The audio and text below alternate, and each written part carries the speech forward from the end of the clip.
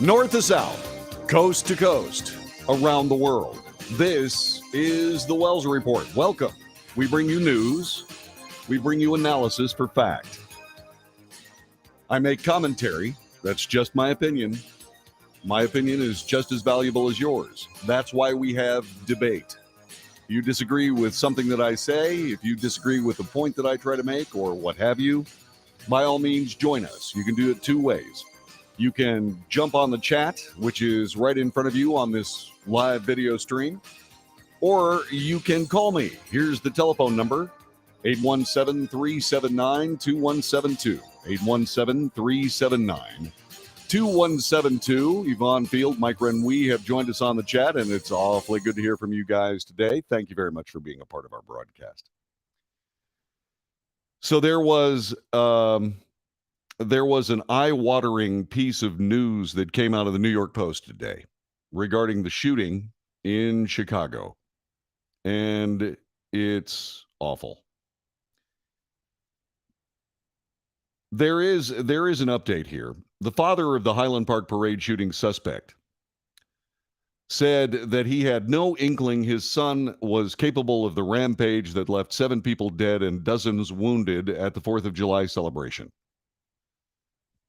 In speaking with ABC News, he said, "I had no inkling, warning that this was going to happen." This is Robert Crimo Jr. Crimo said he never saw his son, Robert Bobby Crimo III, as a danger to anyone. He was dismissive of a September 2019 incident where his son threatened to kill everyone, leading police to briefly confiscate 16 knives, a dagger, and a sword. His father then testified that those knives were his and that they were being kept in the alleged shooter's closet, just as a matter of convenience. I think that it was taken out of context, the September 2019 incident. It was just a child's outburst. Whatever he was upset about, I think his sister called the police. I wasn't living there. 3 months after he filled out the consent form to allow his son to go to apply a gun owner's permit from the Illinois State Police, that was 3 months after that particular incident. He said he does not. The son purchased the weapons with his own money and registered them in his own name. Had I purchased the weapons throughout the years and given them to him in my name, that's a different story. But he went through the whole process himself. A lawyer for the suspect's parents downplayed the couple's involvement in the case and said they are being 1,000% cooperative with investigators. Lake County State's attorney, Eric Reinhardt, said he does not want to answer the question right now of whether the parents will face charges. Authorities in Lake County have released a photo that shows the Kel-Tec Sub 2000 gun that was found inside the suspect's vehicle after he was arrested. The gun was used to shoot dozens of people on the 4th of July. It was the gun that was used to shoot dozens of people on the 4th of July was a Smith & Wesson MP-15 automatic semi-automatic rifle. Reinhardt said he planned to bring attempted murder and aggravated battery charges for each individual that was hurt physically and or emotionally. There will be many, many, many more charges coming. That brings us to the New York Post article. The New York Post article is, as I said, eye-watering, because what it does is it discusses the possibility, or not the possibility, the actual discussed circumstance where the father of the alleged shooter, had a conversation regarding mass murder the night before with his son. Oh dear. That is obviously an important circumstance. The circumstance like that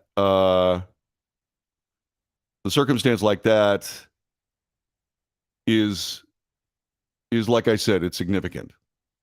The dad of the accused 4th of July parade killer told the Post that his son, the New York Post, told the New York Post that his son talked about a mass shooting in Denmark the night before allegedly launching his own massacre, and his dad washed his hands of any guilt over how the suspect got his weapons.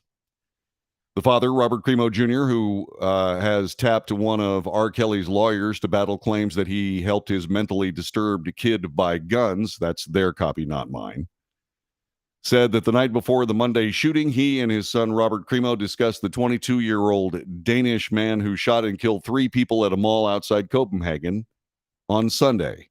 He goes, yeah, that guy is an idiot. That's what he said. We're not sure that that's actually what he said. Father said that his son went on to say, people like that commit mass shootings to amp up the people that want to ban all guns. I talked to him 13 hours before the massacre. That's why I'm in shock. Like, did he have a psychiatric break or something? The father said of his son. Tuesday of this week, Stephen Greenberg, who previously represented R. Kelly in the fallen singing superstar's federal sex trafficking case out of Brooklyn, announced that Crimo Jr. and his estranged wife, Denise, had retained him in the wake of his son's arrest. Lawyering up. The father, a one-time local mayoral candidate who used to run a neighborhood sandwich shop, has faced a wave of criticism for sponsoring his son's gun license application, which allowed Crimo III to buy 4 weapons, including his alleged murder weapon, before age 21. The dad sponsored the application 3 months after his son was labeled a clear and present danger by authorities for threatening to kill relatives in 2019. The father, as I said, a one-time local mayoral candidate, is seriously facing difficulty today and has lawyered up. The incident, which led police to briefly confiscate a sword, dagger, and 15 knives from the shooter's home, was just a childish outburst. The knives were just a collection, said Crimo Jr., the dad of Crimo III. That's what's going on. You know, I used to collect coins and baseball cards, the dad said. Crimo Jr. said he decided to sponsor his son firearms owner's identification card, which allowed the young man to buy the AR-15 used in the attack because he thought Crimo III was going to use the weapon to go to a shooting range. He bought everything on his own. They're registered to him, and he has washed his hands of the entire event. Obviously, there's a problem. Now, you know, the difference between collecting knives and daggers and swords and so on and so forth and collecting baseball cards should be relatively obvious to just about anybody listening to this discussion. When you're talking about how a childish outburst of killing everybody in the room, I've had 4 sons. Okay? All of them raised with weapons in the house. My son Colton, my youngest son, he's 23 now. He was seriously into Yu-Gi-Oh cards. And what are those other ones? Yeah, he was into those. I mean, he had a couple of knives. I bought him one. But he has never been fascinated with them, never been interested with them at all, has never really done anything with them. And I bought him a nice knife, too. It kind of drives me crazy. But he never ever threatened to kill everybody in the house. That would be something that I would act on. Would you act on this? Would you act on something along the lines of your son saying, you know what? I'm going to kill everybody in the house? I absolutely would. And the first thing that I'd start with is removing the weapons. I'd absolutely remove the weapons. And he wouldn't get them back. By the way, this is a long-standing family thing. My dad was given weapons from my grandfather. My grandfather had some very, very cool weapons. Although I don't know. No, I do have his 30-30. I have a 30-30 from him. I have a very nice target pistol that I love. It's a high standard. It's fantastic. And I have a small little 22. My dad kept them because he didn't like the fact that I had little kids in my house and had weapons too. I didn't ever argue. I thought it was fine. I had no problems with any of it. Meanwhile, I had some weapons in the house. But what did I do? I made sure that my kids knew what they were and what they weren't. I made sure that they knew how to take care of them. I raised my kids. I raised my kids to understand these things as what they are, which are tools that you can use for various forms of entertainment, including hunting and target shooting, because I love target shooting. I think it's fun as hell. But once again, I never had kids that wanted to kill anyone. At least when they were kids. But I would have removed all the knives. I would have removed all the weapons. We need to settle you down. Now that's just me. Robert Cremo Jr. doesn't have that problem. He says, "Nah, I have nothing to do with any of this. Nothing." But you see, self-governance demands self-discipline. If you don't like red flag laws, and I don't, you had better start taking care of business at home. You had better start taking care of the weapons you have in your house. Got to make sure. I mean, all you got to do is go to the NRA website. They had a wonderful class called Eddie the Eagle. And that's the one I used with Colton. And we sat there and just cleaned weapons. You know, he understood it and goes, not my thing. And there you go. But I would have done something. So now we have a dad who is swearing that he doesn't have anything to do with any of this and has washed his hands of it and claims absolutely zero guilt. Should he be that sure of himself? I'm not sure he should be. I mean, think about that for just a couple of seconds. Your adult age kid takes weapons that you helped him purchase because somebody had to co-sign that first application 3 months after he said he was going to kill everybody in the house. Really? His sister calls the cops, which is a shining example of female intuition. Cops show up. Father lies about who owns the weapons, who owns the knives. So let me ask you this question. Telephone number, 817-379-2172. Do you believe this father has any culpability in any of this? Now, I don't believe, that's kind of a loaded question. Pardon the pun. It is a loaded question. I understand. But what I am trying to get across is this. If you are going to be someone, a family member, if you're going to be in a family that has weapons, you better start being responsible with them. I have a room in my house where my weapons are kept. It has a lock. I'm the only one that knows the combination to it. Do I have weapons that are out in the open? Absolutely. Absolutely, I do.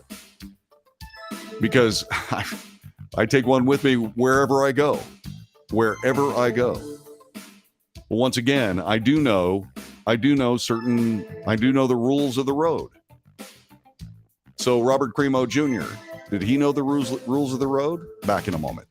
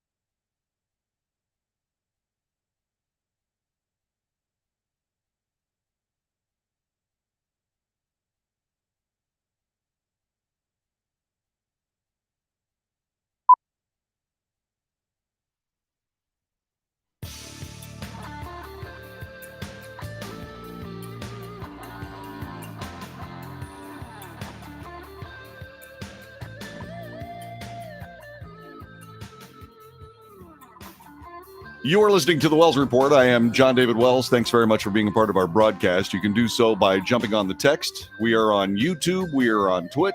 We are on Facebook, and we are on Twitter. And there will be more very, very soon. We're working our way through this. Looking at the chat, a lot of people have weighed in. I would wait until my child was 21 to buy their own weapons. Me too. If the father co-signs for the kid to get a weapon and the kid kills people with that weapon, it seems like the father would be culpable to me. If I feel the children in the homes aren't being surveilled well enough, those kids most likely will be getting into some kind of evil stuff through the electronics and, of course, other kids, etc. Somebody else says, is Texas going to start requiring these FOID cards? In other words, a firearms ID card for that would go through, say, for example, the state police, like they do in Illinois? No, that'll never happen here. That'll never happen here. It just won't. But I got to tell you something. Families are going to have to work on being more like families. That means they're going to have to stick together. I'm trying to figure out why, what the dynamics of this family were. All I can say is that we need to start working on family and taking care of family business. That's essential. While we're on the subject of children, the parents of children who died last year while taking the blackout challenge on TikTok have sued TikTok, the popular social media platform. Ariane Jaylene Arroyo's father, Heriberto Arroyo, found his 9-year-old daughter hanging inside their Milwaukee home in February after her younger brother reported she wasn't moving. The lawsuit was filed day before yesterday in Los Angeles County Superior Court by the Social Media Victims Law Center. It makes similar claims on behalf of the mother of 8-year-old Lilani Erica Renee Walton of Temple, Texas, right down the road, who also says she died by self-strangulation while trying to do the challenge last July. The complaints contend that TikTok's algorithm continually made blackout challenge videos appear on the Girls For You pages, where users see random videos they might like based on what they previously watched. The lawsuit claims that TikTok knows that many of its users are under 13, and it markets to people under 13, despite user terms purporting to limit the app's use to those 13 and older. TikTok has specifically curated and determined that these blackout challenge videos that feature users purposefully strangling themselves until losing consciousness, are appropriate and fitting for small children, according to the lawsuit. Young users' incomplete brain development makes them more susceptible to becoming addicted to using TikTok, scrolling through the videos designed to retain their attention for longer periods of time, according to the lawsuit. Ariane got a phone at age 7 and soon signed up for TikTok. At first, she watched and made videos about dancing. She took ballet at school. Then she discovered challenges. She would sometimes discuss them with her parents because all the challenges they discussed involved eating and drinking, which seemed harmless. Yeah. Remember that Tide detergent thing? God, that was amazing. Ariane's parents did not regard these as dangerous, and then they came up with the blackout challenge. Kids are dead.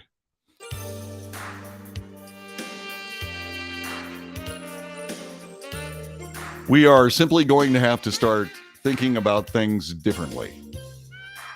And in that thought process, we're going to have to work our way through a circumstance whereby we say, we're going to have to be better families. We're going to have to take care of our kids better. That's not easy, by the way. I tried to keep the internet out of Colton's hands until the schools made it a requirement that he have internet capability. Fortunately, he's still alive. Can't say that about all kids. Remember when I got into broadcasting? I had to have a license to do it. I had to promise to operate in the public interest as a public trustee. Is there anything worth trusting on social media? I'm not sure. Oh, wait, I am sure. No. You're listening to the Wells Report. We'll be back with more coming up in just a moment.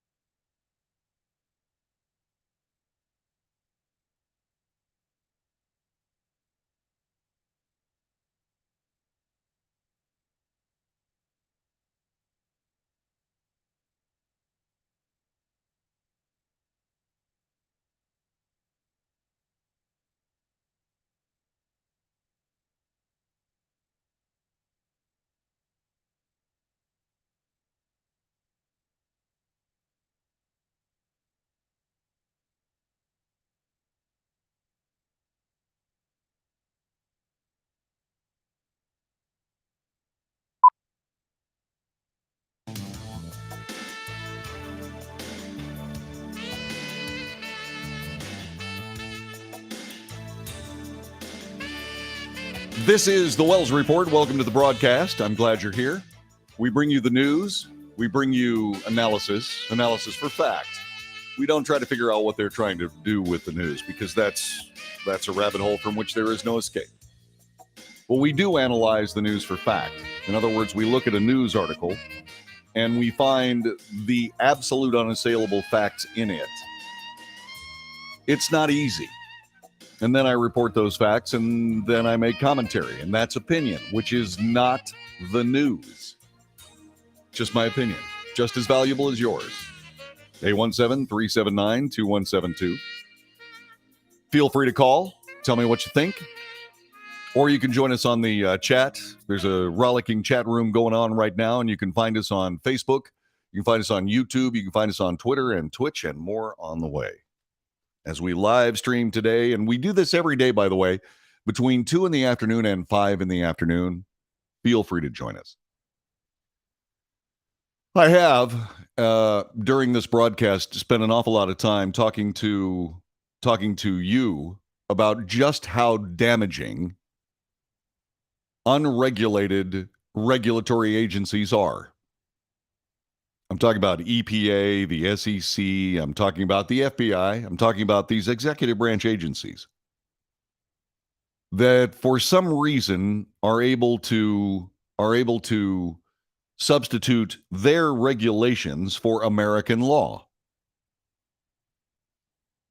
That particular linkage of law and regulation is tenuous and needs to be better defined by Congress.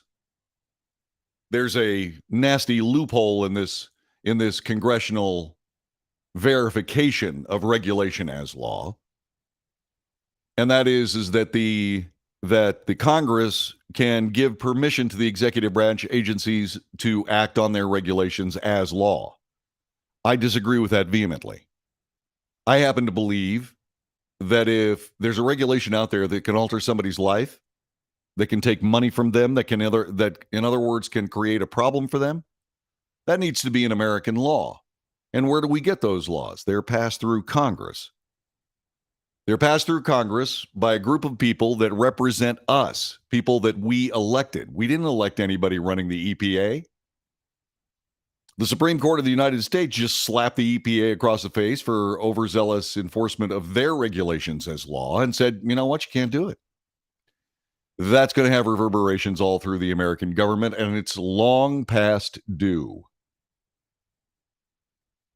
The use of the IRS to hammer political enemies is something that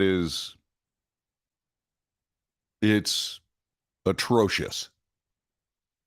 It's absolutely atrocious, which means that it is a government atrocity. That's where that word comes from.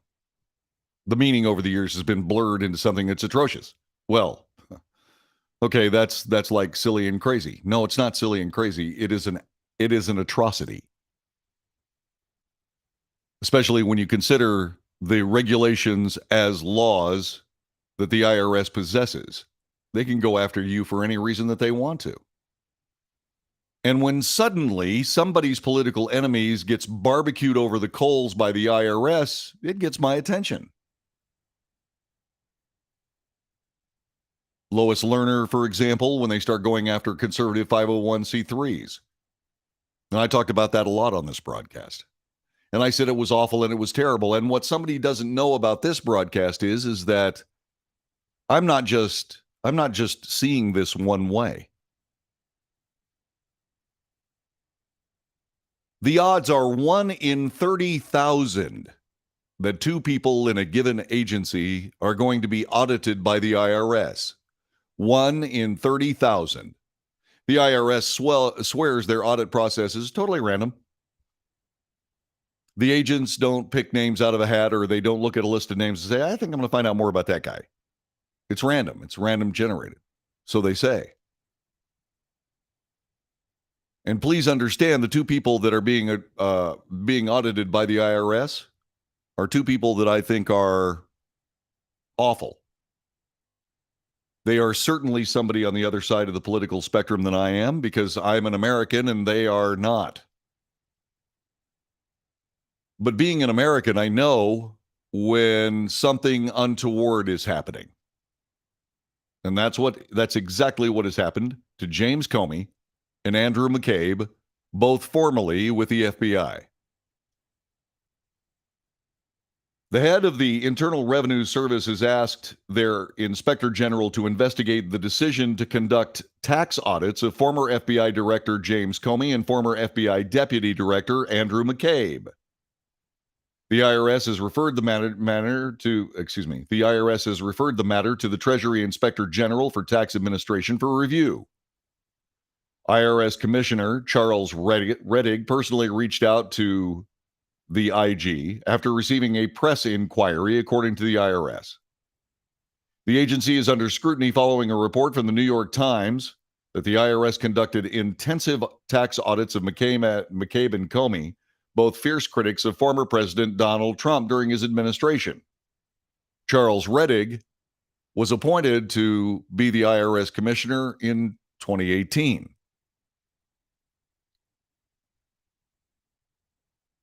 McCabe told CNN today that he thinks referring it to the IG is the right step, but let's see if the IG moves forward and makes their findings public.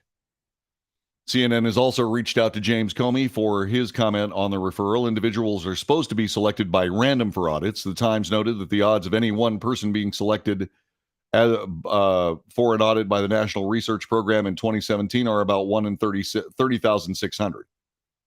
Okay, so I misread that. I thought that two of them from the same agency would be about a 1 in 30,000 chance. Two from the same agency makes it astronomical. And I thought 1 in 30,000 was bad. No. No, that's an individual. So now what we've got a situation where two guys from the FBI are being raked over the coals by the IRS, or have been raked over the coals by the IRS. And it is, at least it appears to be, just as unfair that the IRS go after these guys as it appears when they were going after 501c3s and all of the political enemies of the left, including President Donald Trump, who's under perpetual audit by the IRS. An agency that refused to clear the president, as far as I know, they never have, refused to clear the president of IRS wrongdoing. They could have. But if they did, then what would have happened? Well, Donald Trump and his IRS tax problems and not releasing his IRS returns to the public, that issue would have gone away. Was there a bit of malfeasance in the IRS for not finishing up those audits, declaring President Trump either guilty of something or not guilty of something? Fine him, could charge him penalties or not charge him and fine him penalties, blah, blah, blah, blah, blah. Is there something along that line that needs to be discussed? Probably. But they could have done something about it and made the whole issue go away, but they didn't, did they? The weaponization of these agencies is awful. And it's not just the IRS. Being reported out of the Sarasota Herald Tribune today. President Trump removed himself from the board of his Sarasota-based social media company, the Trump Media and Technology Group. He was one of 6 board members. He was removed from the list on June 8th. Among the board members removed were Kashyap Patel, Trump's former point man at the White House, Scott Glabe, former assistant to Trump, who was the counsel for the media company, and Donald Trump Jr. Why? The SEC served Trump Media and Technology Group with a subpoena on June 27th, according to a regulatory finding. Trump's media company owns Truth Social. So do you suppose the SEC was maybe taking care of the people behind Twitter, or trying to take care of Donald Trump and create problems for the president and make him look bad again?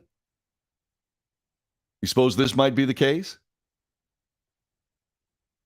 Trump's media company came up with Truth Social because President Trump was blown out of Twitter for what were called inflammatory remarks. Meanwhile, the Taliban and all manner of despots around the world still have Twitter accounts.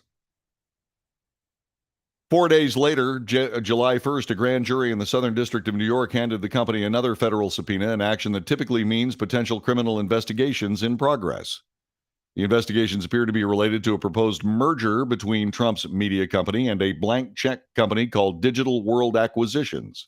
This, according to a recent regulatory finding. Digital World is a special purpose acquisition company, or SPAC. Companies such as these raise money to go public with the intention of finding a company to merge with. SPACs are prohibited from finding a partner before going public. But the SEC is investigating potential talks between the two companies that were possibly premature, according to the filing. The merger between the two companies could reportedly mean $1.3 billion in capital and a listing on the stock exchange for the new company, according to the New York Times. Digital World revealed in a recent filing that its board of directors had previously received similar subpoenas. According to the Digital World filing, the grand jury subpoenas served on Trump's company were seeking a subset of the same or similar documents demanded in subpoenas to Digital World and its directors. I wonder if they were necessary. Something tells me they probably weren't necessary. And if they're not necessary, then why are they being done? Well, that gets back to maybe they wanted to make President Trump look bad again. So we find ourselves once again where our government has decided to make itself an enforcement of leftist policy. Are you comfortable with that? Are you comfortable with the idea, the notion, very, very popular in third world countries? Are you familiar and happy with the idea that a government agency can land on you with both feet for the sake of stomping you because you happen to have the wrong political enemies? Are you comfortable with that? I am not. I'm absolutely not. It's worse with federal law enforcement. But once again, we've seen that too. We don't have to go very far. Don't have to go very far at all.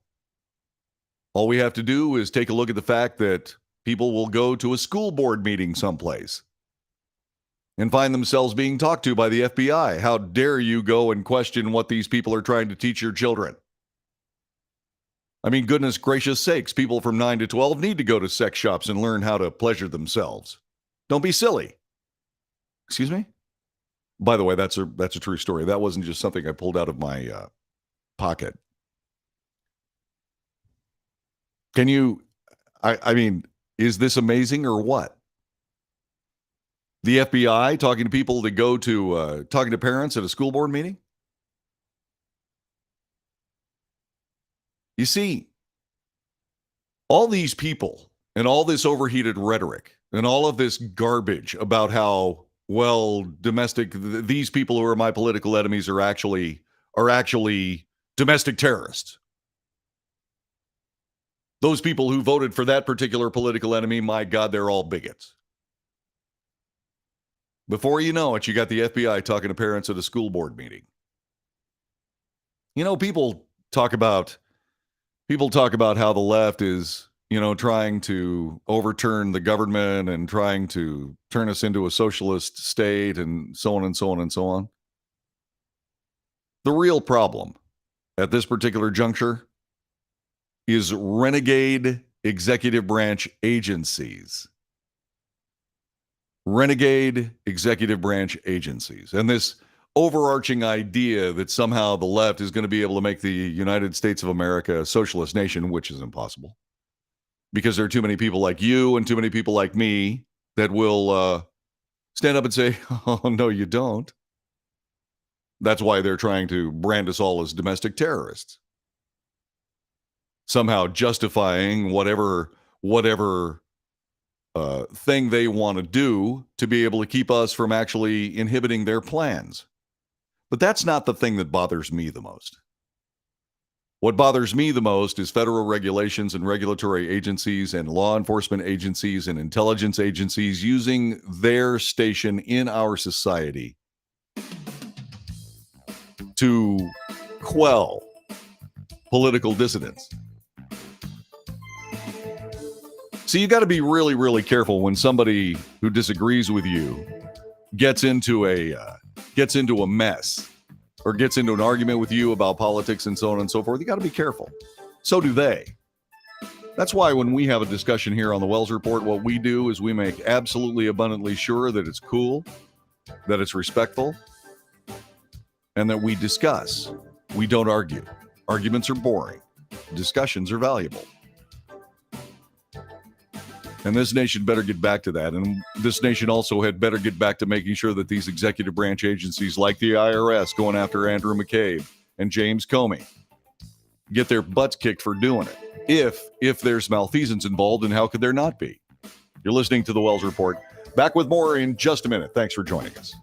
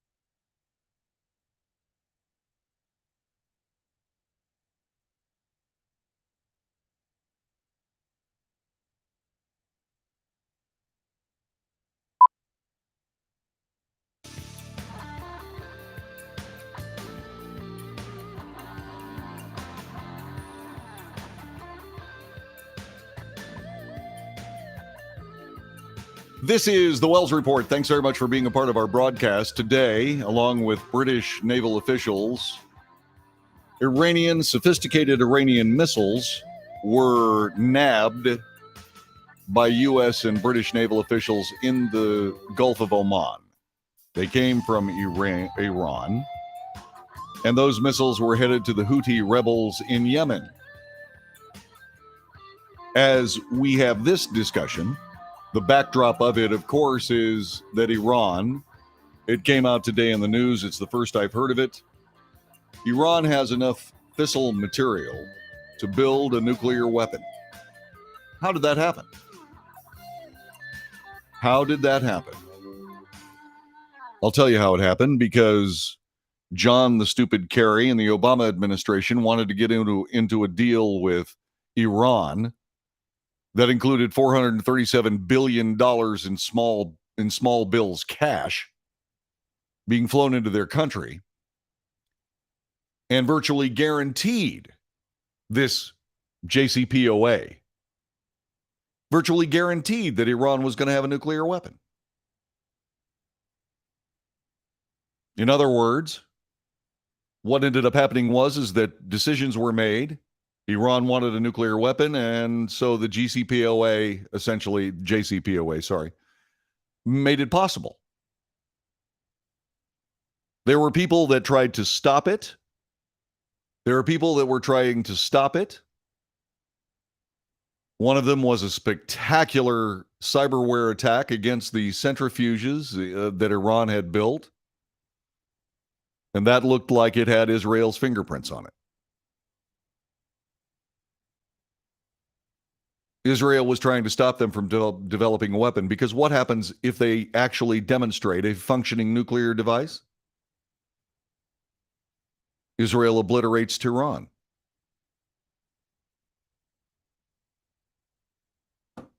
That's their move. Iran, for decades, has said that its sole aim in life is to destroy the state of Israel. And if they have the means to do it, they will act on those means. Let me tell you something. It's a lot more solid than 15 daggers and knives in the Iranian government's closet after saying we're going to kill all the Israelis. No, they're actually serious about it.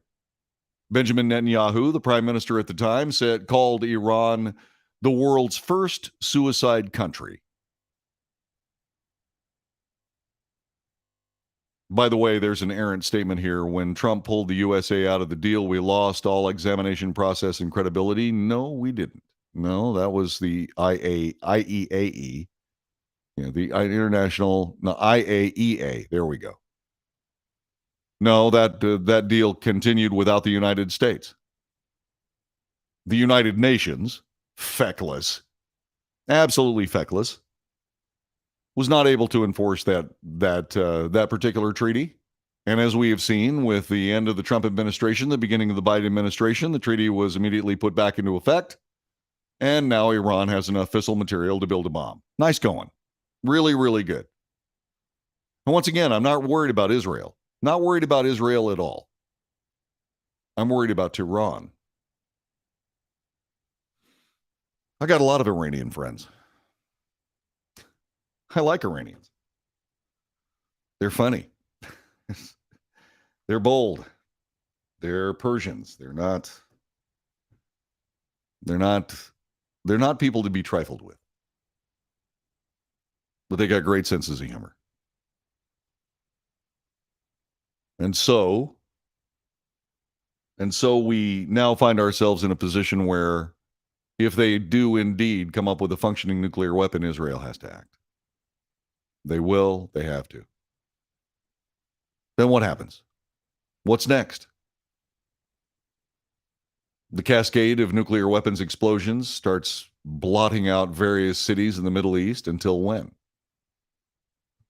Pakistan has nuclear weapons. They have intercontinental ballistic missiles to be able to fly them places. Is Pakistan going to stand for Israel attacking Iran? I don't know. Do the Israelis have a functioning way of shooting down ballistic nuclear warheads? Probably. Depends on how many of them show up and from which directions. Then is the United States going to stand for, say, for example, Pakistan trying to obliterate Israel? What does the United States do? Do we take out Islamabad?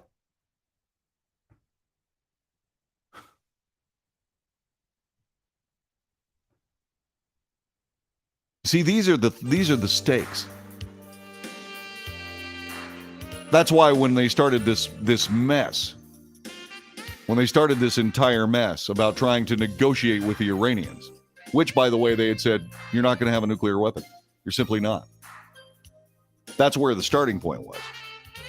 And then the Obama administration and John the Stupid Kerry decided to work out a scenario whereby they could have a nuclear weapon. And now they're on the brink of it.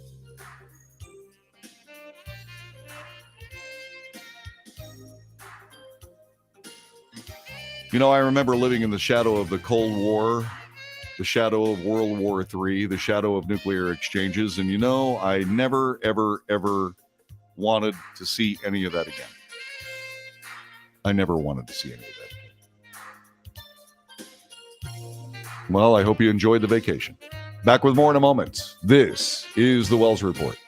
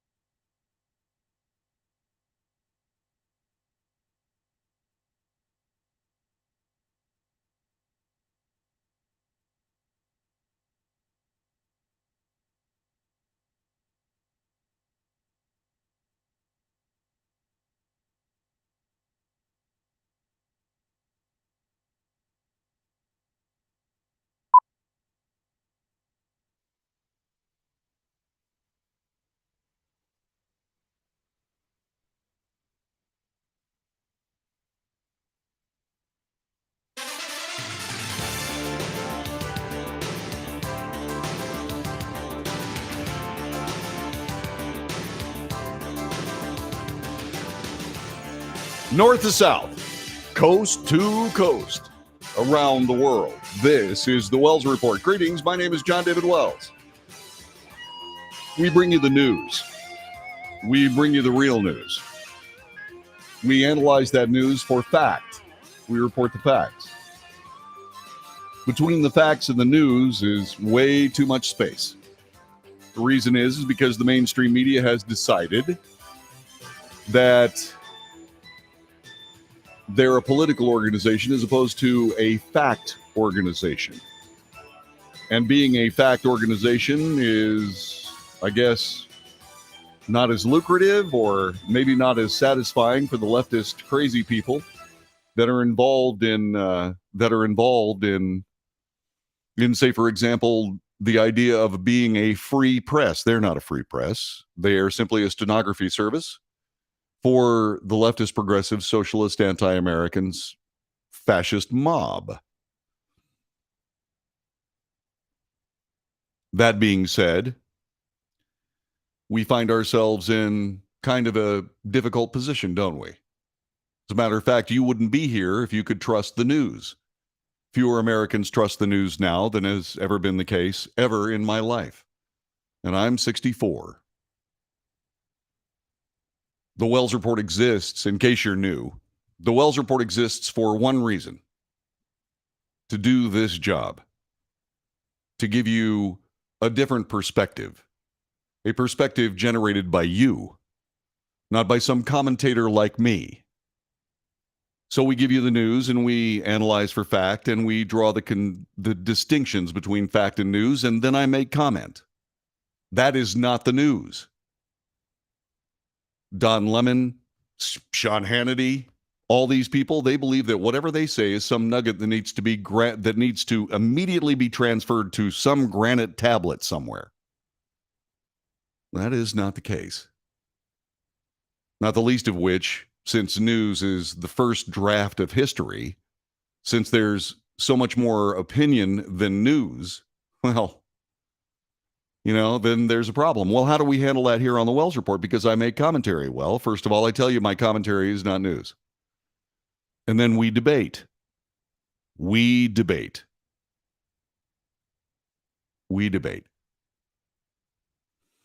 This is the second hour. This is our second podcast. We do 3 every day. And later on today, I'm going to attempt. Don't hold me to this. We're going to attempt to create 3 podcasts out of the materials that we have theoretically recording right over there. Anyway, and I'm going to put those up through something called Anchor, and we'll have some podcasts available. But this is the second one today. We do 3 every day, 3 one-hour podcasts. Last hour, we were spending some time talking about Iran and the fact that it was announced today that they have enough fissile material to be able to build a bomb. If they build it, Israel will attack them. They have to. Then what happens? I have been a strong critic of the JCPOA, which is the Joint Comprehensive Plan of Action. It was a treaty between Iran and 6 other countries. The 5 permanent members of the United Nations Security Council: China, France, Russia, United Kingdom, United States, plus Germany. As you know, the Trump administration pulled the United States out of the JCPOA because it was a stupid deal that guaranteed Iran a nuclear weapon. And by golly, they're on the brink of making it happen. There are people in our chat room that say, well, then if they come up with a nuclear weapon, it's because the U.S. was pulled out of it and so on and so on. Well, no, that's not exactly right.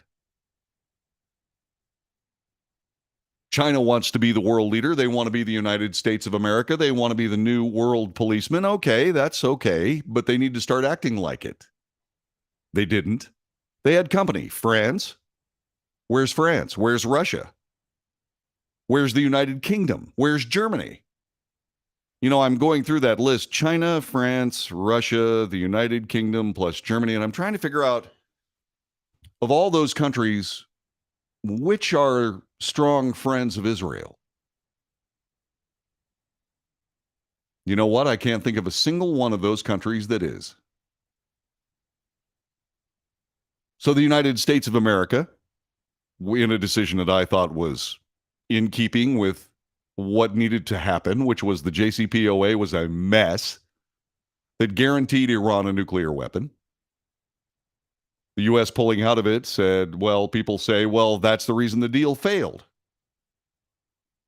Again, what about China, France, Russia, the United Kingdom, and Germany? They were in that deal too. What about the United Nations? What about the European Union? I mean, France, Germany, arguably the United Kingdom, the European Union, they're not real famous for trying to take care of Jews. Are they? And so, here we are, poised on the brink of a real serious problem.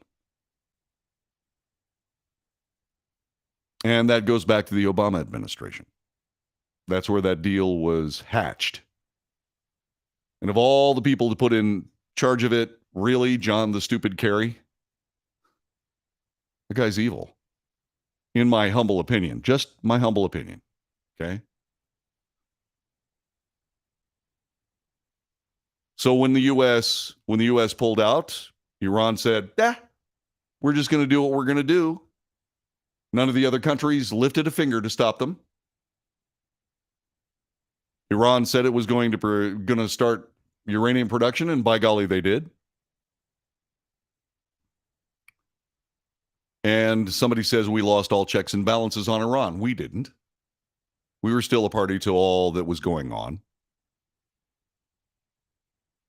And so there you go. So once again, France and UK are not famous for taking care of Jews? Seriously, man? Langston's young. You need to start paying attention to world history. Next time you have a chance to take one of those in your college credits, you're going to college now, Langston, take world history, if you can find it. I don't even know whether the world history being taught now is actual world history. I have no idea. I would hope that it would be, but I'm not exactly sure that that's the case. So there you go. Just a little quick update on what we were talking about yesterday. Yesterday, I mean last hour. So that's just a quick little treatise on this, and I got to be honest, I hope that something else happens, but I can't really see that we're not headed towards a real problem here. And it started with this harebrained idea to do something besides treat Iran exactly the way we treated South Africa. When South Africa was going after a nuclear weapon and tested one, by the way, they couldn't buy anything from anybody. They turned themselves into a pariah country until they turned in everything. They just turned over their entire program, which is what Iran should have done. But Benjamin Netanyahu is right. Benjamin Netanyahu is a guy who says, this is the first suicide country. They are. And it's pretty bad. It's pretty bad. So let's talk a little bit about the Biden administration. Let's talk a little bit about what's going on with that. You may have heard about Kate Bedingfield, who is the White House communications director, leaving her post. And so what ended up happening is that we started paying attention to how many people have left the Biden administration. The Associated Press reports that Karine Jean-Pierre, who is the new White House press secretary, was delivering her third on-camera goodbye to a departing staffer less than 24 hours when she quipped to reporters, "I promise we will have a press shop. Not everyone is leaving." It is a dynamic that happens in all presidential administrations, but not at this level. It's being called the Great Resignation. They're trying to figure out how to fill vacancies. The administration is undergoing a period of unusually high staff turnover. As President Biden nears 18 months in office, long hours, low morale, relatively low pay are taking a toll on both the ranks of senior staff and more numerous junior aides who keep the White House functioning. It is not unusual for the staff to have turnover at this point of a presidency, but the swiftness of the change has been stark. 2/3 of the White House press shop, the COVID-19 response team, 2 deputy counsels to the president, a staffer who manages the White House Twitter account, all leaving. The turnover within the senior ranks pales in comparison to the first turbulent years of President Trump, according to the Associated Press. I have news reporting that says otherwise from other news organizations, but we shall see. It's not going to be clear until the end of the month just exactly how many people are leaving. The Biden White House staffing was more stable than many predecessors in its early days, but that has changed. Biden insists the departures are not tied to the president's low poll numbers, but instead reflect a natural transition for staffers, some of whom are toil long hours on the campaign looking to improve their quality of life. It's a normal time for this level of turnover in any administration. However, the spike is steep. The spike on this one, very, very steep. Government service involves sacrifice. Staff often have young children or promising careers in the private sector that they put on hold, or opportunities for advancement within the administration or graduate school. Many of the departing aides are heading to federal agencies. They have better paychecks, but you have to keep something in mind. Since the advent of government workers' unions supplanting the civil service system, it's really, really hard to find a federal job that doesn't pay 6 figures. So all these people are talking about bad paychecks and so on and so forth. Maybe the problem with inflation is catching up to them. I don't know. All I will say is that the money issue, probably not an issue. Departing aides heading to federal agencies. The departures also echo a broader trend in the economy. The White House has championed a historically tight labor market, has given workers lots of leverage to seek stronger paying jobs. That looks a little bit like a rationalization to me. We've seen historic levels of quitting, said Nick Bunker, who's the director of economic research at Indeed Hiring Lab. We're also seeing rapid employment growth, so people are taking advantage of it to get a better job. Yeah, well, that looks a little bit like Associated Press spin to me. There's more to this story. We will have it for you coming up in just a couple of moments. You're listening to the Wells Report. Thanks very much for doing so. Our telephone number is 817-379-2172. Spend some time discussing whatever it is that you'd like to discuss, up to and including what we've talked about so far and what we're going to be talking about next. This is the Wells Report. Back with more in just a moment.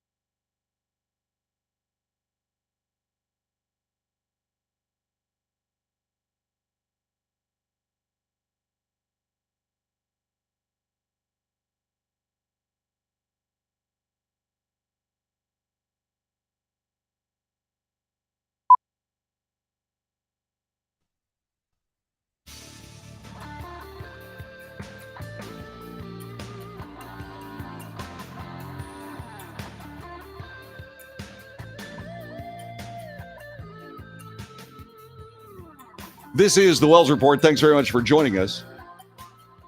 Telephone number is 817-379-2172. That's our telephone number. By all means, please do use it. Hang on a second. I got to do something here. Listen to the pretty music.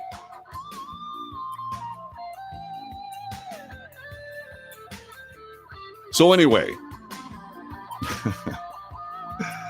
yeah, I was talking earlier today about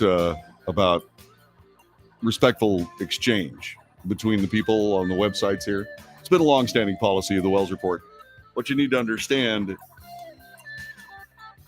Okay, Isaac, and I'm talking to Isaac Tate here. He's somebody that I've really enjoyed and I've defended on this website and this radio broadcast forever. And what he ends up doing is he ends up coming in here and slapping some of the other people around. And why he does it, I really don't know. But then what he tries to do is he says things like, John David, you're not handling the rules. You're not fairly interpreting the rules of the Wells Report. And you should. Well, I do. I've advocated for you over and over and over, Isaac. I have. But when you start slapping around my listeners, I'll just block you. It's just the way it works. Because we're going to have a respectful interchange and a respectful exchange of ideas. When you do that, you don't hear from me. When you start slapping people around in the chat room, you hear from me. Same to you, Langston. You do. Okay, this is not the JD and Isaac show, but I will sit there and go, let's see. You had a post here just a couple of moments here that said, Langston, Cleo thinks she knows more than anybody in the chat room. That's slapping around a listener, and you are the one that did it. There, citation complete. So all that being said, just a little bit of cleanup. There are dynamic people in this room, and that's what I want. I want dynamic people in this room. I want people that actually care. Okay, I do. And so passions run, but you got to keep them in check. We're not adding to the division here. We're here to heal it, and that's what we're up to. Telephone number is 817-379-2172. 817-379-2172. Okay? So that's the latest in this particular situation, and that computer problem that I've had for a while back now is back in droves. It's really annoying. So I'm working on it here, and I will continue to do so. But this gives me a chance to explain a little bit about how we do what we do on the Wells Report.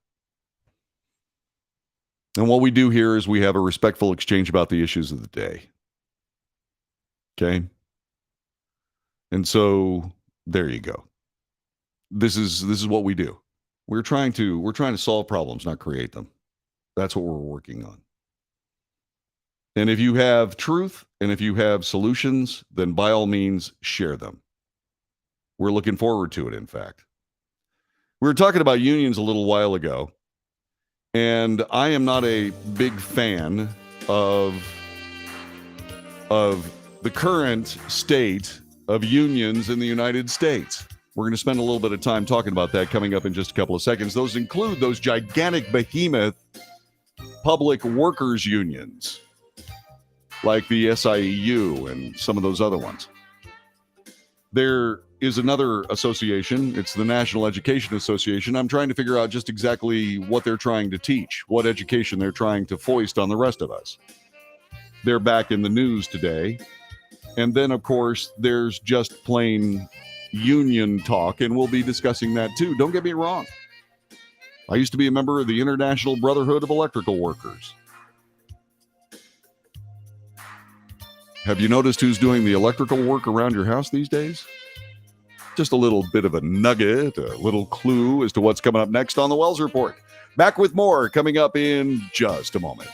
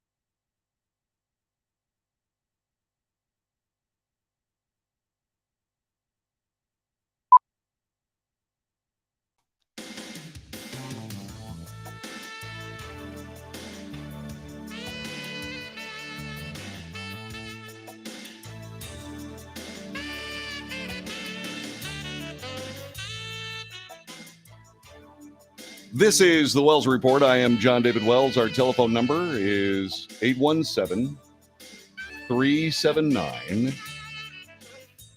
2712.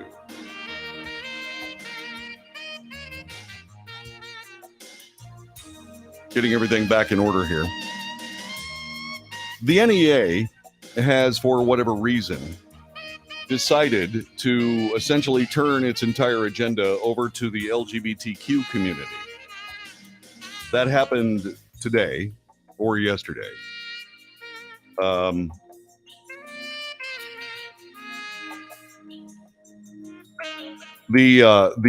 organization is for whatever reason trying to change the way everything is done with regards to our children's education. The National Education Association is what I'm discussing. In a circumstance where the United States is failing to properly educate our children, many people, many parents have looked at all of this, and they have absolutely taken to task the people that are doing it. What was their reward for taking them to task? Well, what the reward was uncomfortable FBI interrogations regarding their taking part in school board meetings, which, by the way, is what's supposed to happen. Parents are supposed to have access to the school boards. Suddenly, the school boards didn't like it.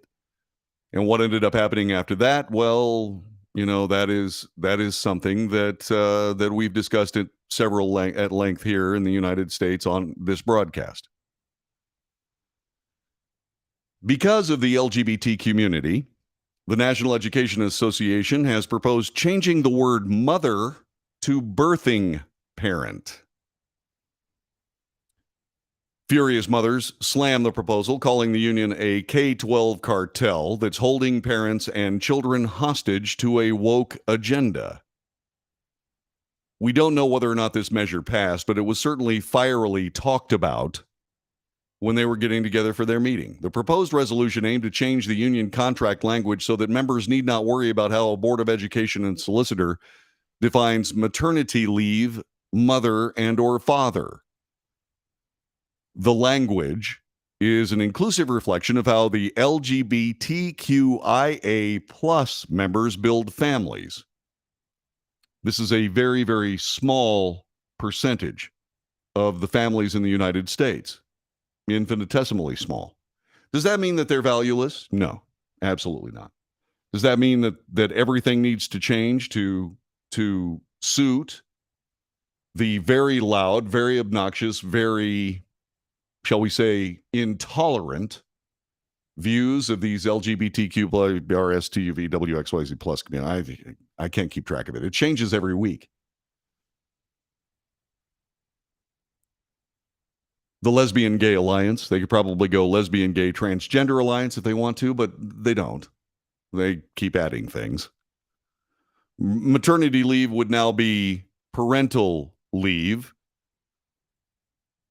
A birthing parent would supplant the word mother. A non-birthing parent would supplant the word father. This is lunacy, in my humble opinion. This is NBI 63. That's the name of the proposal. Let me read it to you. NEA will inform states and locals of the following sample language they may put in contracts that is LGBTQIA plus inclusive. The language will be as follows. Parental leave instead of maternity leave, parent instead of mother or father, birthing parent instead of mother, non-birthing parent instead of father. The rationale and background, according to this proposal.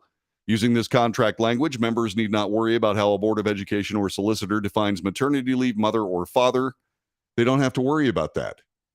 Use maternity leave, mother, and father. But that's not what the NEA wants to do. And these are the people that actually dictate the terms of education in the United States.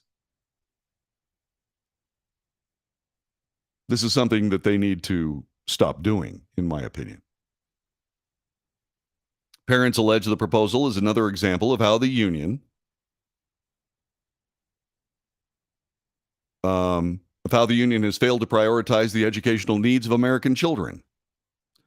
Nicole Neely of Parents Defending Education said, normal people don't use the term chest feeding or birthing person or any of this. I think it just further underscores how completely out of touch teachers' unions are from the concerns of parents. It's horrifying. We believe in American teachers. We don't believe that the lack of focus the union has on children is represented, echoed Tiffany Justice of Moms for Liberty, adding the K-12 cartel is holding parents and children hostage to a radical agenda. Elena Fishbein from No Left Turn in Education also accused the NEA of trying to destroy society and the American family.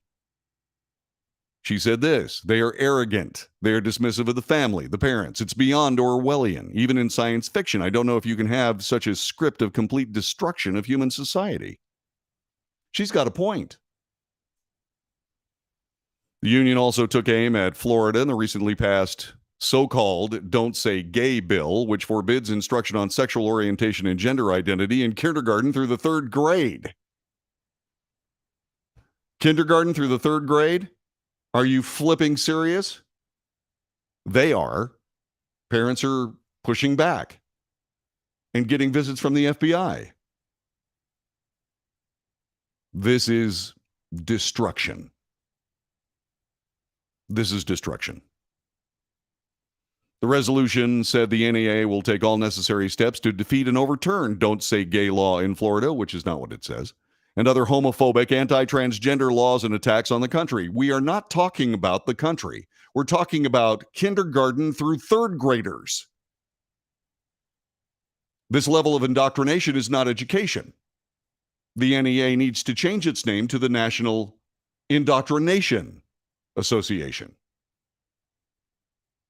I mean, if we're so important, it's if words are so all-fired important, by all means, then let's go ahead and let's change the words to at least reflect some level of accuracy. What do you say? Terrific. It's worthless. It's absolutely worthless.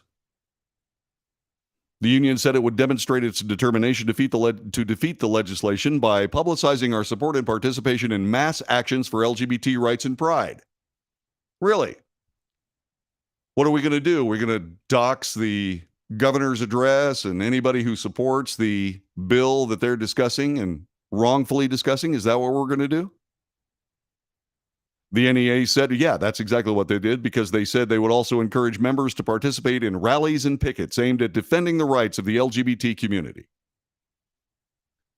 NEA resolutions, which allegedly represent the opinions and beliefs of union members, require the sponsorship of 50 delegates before they can be debated and voted on. Union officials were scheduled to debate several hot-button topics during this year's annual conference, including universal masking and COVID vaccine policies. I'm sorry, COVID vaccine policies, is that an education issue? Or is that a CDC issue? Or is there a difference between the NEA and the CDC? More about that coming up in a moment.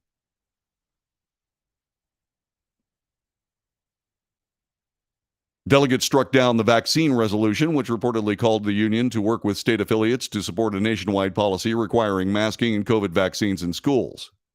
That's called socialized medicine. And they're taking it out on our kids.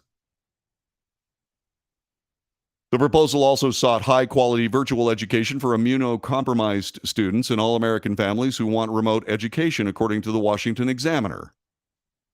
A similar resolution was proposed last year and scrapped by the voters. Somebody's thinking. The 3 Trump-appointed Supreme Court justices constitute a far right-wing coup inside the nation's highest judicial body, said the NEA document. The new civil rights movement must defeat these attacks through organized mass actions to defend women and all Americans from this attack. Civil rights was about bigotry. Civil rights was about bigotry. And it won. Thankfully, the nation is better for it. But what we have now is we have exploitation of bigotry as opposed to bigotry. Is there bigotry? Yes, of course. But the exploitation of it is destructive. It's divisive. It's damaging our society. Union officials also attempted to tackle racism in the education system with a proposal seeking to use NEA resources to amend or establish economics and personal finance standards that have exacerbated the racial wealth gap in America. It's unclear which of these proposals were passed. The NEA is no stranger to controversial resolutions. Proposals in prior years included the union's support for reparations for Black Americans and asked educators to combat institutionally racist systems. Really? Really? You know, this goes down the road of social justice wokeness. You want to see an example of institutionally racist systems?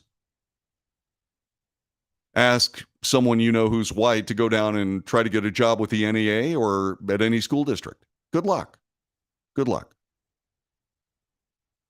The association acknowledged that both historic and current practices have systematically advantaged and privileged people of white European ancestry while disadvantaging and denying rights, opportunities, and equality for people of color. That is absolute flaming garbage. Absolute flaming garbage. That's my opinion. That's not the news. By the way, this news is coming to you from the Daily Mail, the London Daily Mail, great newspaper. But you'll notice it's offshore, right?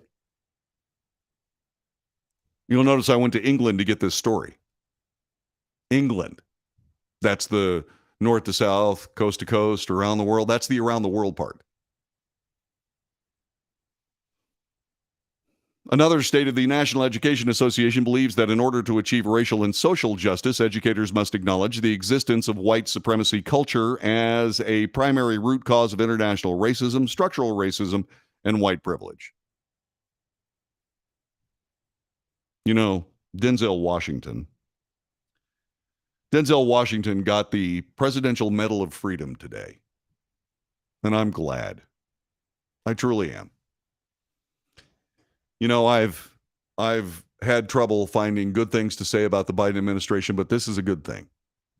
Not because Denzel Washington is black, because Denzel Washington is a man who has taken every bit of his professional endeavor and his personal endeavor and forged it into an admirable man that deserves the accolades of a great society.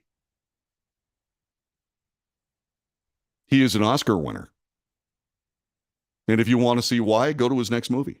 It's unbelievable. He's brilliant at what he does. But there were a lot of people in the Hollywood left and in the United States that were grousing about the fact that there weren't enough Oscars being handed out to black actors. You know what Denzel Washington said? Denzel Washington said, if you want an Oscar, try better acting. Try better acting. If you believe you're behind the curve when it comes to advancement at work, be a better teacher. Be a better teacher. Was there racism in the United States? Sure. Are there vestiges of it now? Yes. Absolutely. Is it as pervasive as it was in 1965? The answer is no.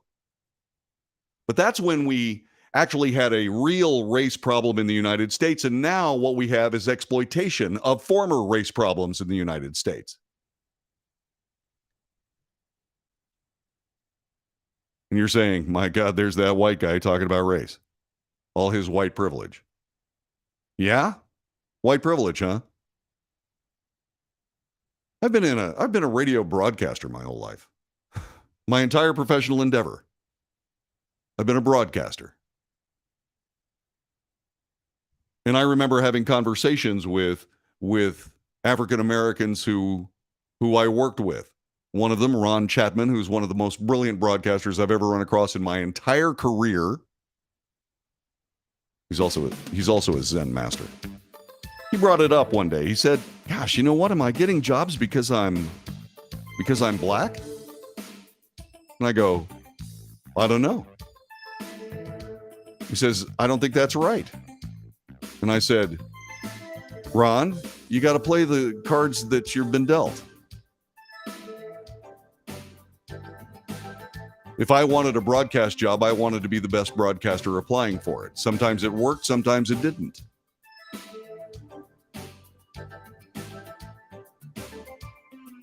So if you feel like you're being held back at work, be better. That's how you succeed in the United States. And I don't care what external forces are out there. It's about excellence. You chase excellence, and success will find you. I guarantee it. You're listening to The Wells Report. Back with more in just a moment.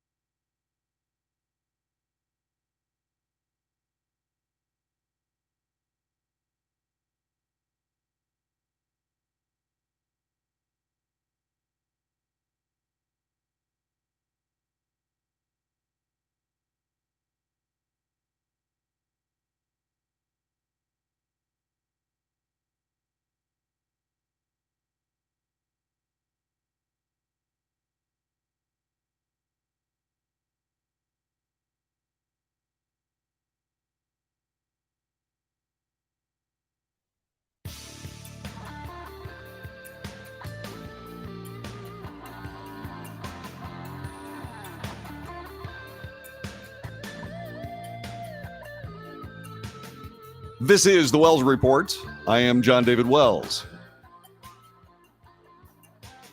Political power being handed out by the Biden administration all over the place, included the CDC, another executive branch agency that has been poisoned by politics. Dr. Rochelle Walensky, the director of the Centers for Disease Control and Prevention, met with parents one time leading up to the release of school reopening guidances last year. This according to her internal calendar. Walensky revealed that she also had met countless times with union representatives, teachers' unions, whatever union. And that's okay, I suppose, except you're the Centers for Disease Control. You're not the Centers for Disease Control for unions. You see, the unions had way too much access to the thinking going on by the CDC. Why? Because the CDC is a political organization. A political organization. It is no longer a public health organization. And so it would make sense that since the Biden administration is absolutely focused on good paying union jobs, that they would be more interested in taking care and catering to unions than actually catering to reality. Remember what I told you yesterday? That politics is a creature of advantage and opportunity. The manipulation of advantage and the opportunities to manipulate it. Well, these unions have changed themselves from actually representing workers to actually representing American leftist policy. There used to be a musicians union. It's gone. The IBEW exists in certain places, but certainly not the way it used to, the International Brotherhood of Electrical Workers. They're all but gone. You know what ends up happening now? You used to say to yourself, you know, I need to get somebody from the IBEW to fix some wiring problems in my house. Go ahead and try to do that now. The IBEW used to stand up for their workers and advocate that you use union labor. Same thing with the carpenters union. See all these houses going up everywhere? Are they built by union carpenters? No. No, they're built by crews of guys that can swing a hammer that are standing out in front of, say, for example, your local Home Depot. Whatever happened to the carpenters union? The AFL-CIO, the American Federation of Labor, AFL-CIO. The Teamsters. Teamsters still has a pretty good foothold on people driving down the road. They still do.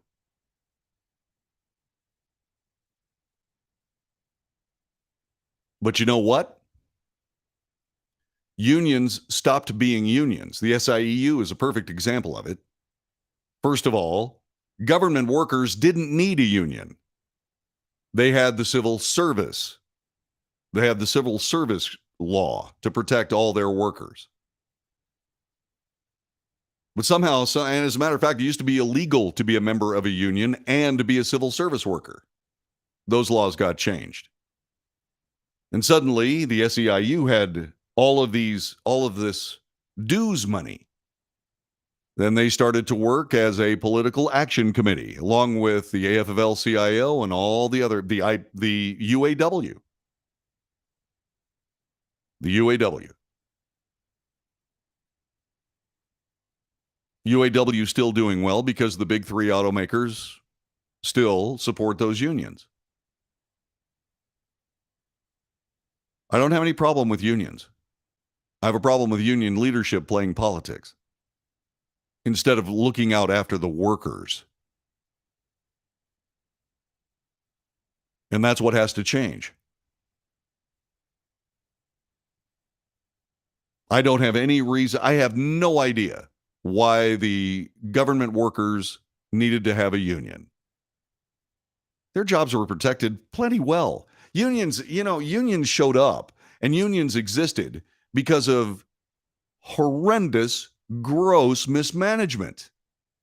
The workers said, we're not going to put up with this. We're not going to put up with this.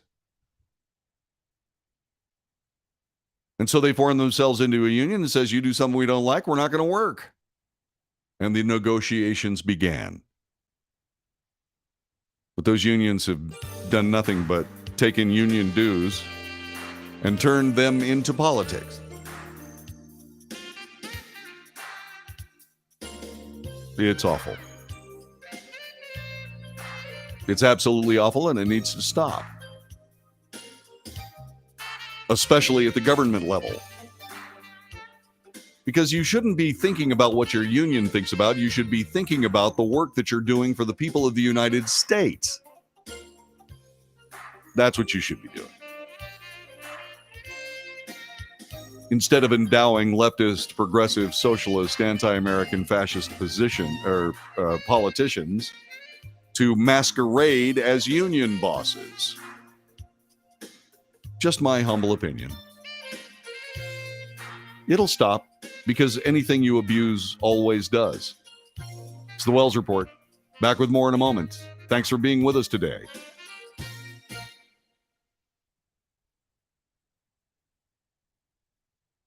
So Ewans, take good care because I have to take a technical break, but I'll be back for hour number 3 in a minute.